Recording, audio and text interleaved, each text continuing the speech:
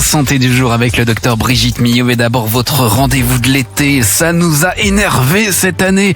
Avec vous, Laurent Tessier. Bonjour Laurent. Bonjour à tous. Aujourd'hui, vous nous parlez du cambriolage du musée du Louvre qui s'était déroulé en octobre dernier. C'était la honte dans le monde entier avec ce cambriolage. Pourtant, Emmanuel Macron avait lancé un grand projet Nouvelle Renaissance pour le musée le plus visité au monde. Il avait lu en janvier 2025 un discours d'une vingtaine de minutes au Louvre. Rien ne sera oublié, sécurité et sûreté des collections, vidéosurveillance, génie climatique. Résultat, un commando de 4 malfaiteurs s'était emparé de 8 bijoux à 9h30 avec des disqueuses, un camion monte-charge, l'humiliation et le symbole catastrophique. Le Louvre, lieu du premier discours d'Emmanuel Macron en tant que président de la République le 7 mai 2017. Le chef de l'État arrivé sur scène en plein triomphe, les bras en l'air avec l'image de la pyramide du Louvre derrière lui. Ce lieu, c'est celui de la France que le monde regarde. Car ce soir, c'est l'Europe, c'est le monde qui nous regarde.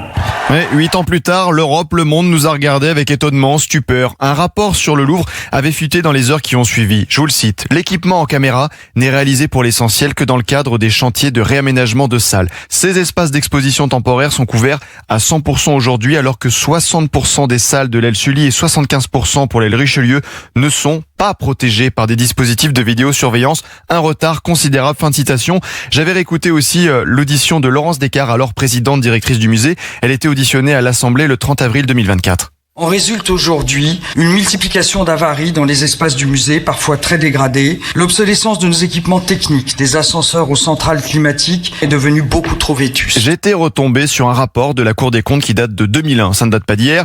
Des postes permanents de surveillance dans les salles sont abandonnés à certains moments de la journée. Plusieurs vols survenus entre 1994 et 1998 ont mis en évidence les failles des dispositifs de sécurité des collections du Louvre. Et 24 ans plus tard, que disait une surveillante du musée ? Ça fait des mois et des mois qu'on alerte. De très nombreux, ça se compte en centaines maintenant, postes de surveillance sont supprimés. Nous nous faisons dépouiller, voler notre histoire, notre patrimoine dans nos musées, nos églises, nos statues sont saccagées, détruites. Que disait encore Emmanuel Macron en janvier 2025 sur le Louvre ? Ce musée est une part du récit national, mais il est aussi une part du message que la France veut livrer au monde. Le symbole de l'effondrement de notre pays. Voilà le message envoyé au monde entier il y a plusieurs mois. Bon réveil avec Europe 1 matin, il est 7h23, Jacques Serret. On va parler à présent de votre santé sur Europe 1 avec le docteur Brigitte Millot. Bonjour Brigitte. Bonjour tout le monde. Aujourd'hui, vous voulez nous parler de l'importance du petit déjeuner pour les enfants. Je ne vous apprendrai rien, l'enfant n'est pas un petit adulte. Il grandit, il fabrique des tissus, son cerveau est en développement et ses réserves sont beaucoup plus faibles. Je m'explique. Le glucose est le carburant de notre organisme. Il est tellement important que chez l'adulte, on peut le mettre en réserve dans le foie et dans les muscles sous forme de glycogène. Donc, en cas de besoin, hop, on va puiser dans nos réserves. L'enfant, lui, n'a pas ces réserves.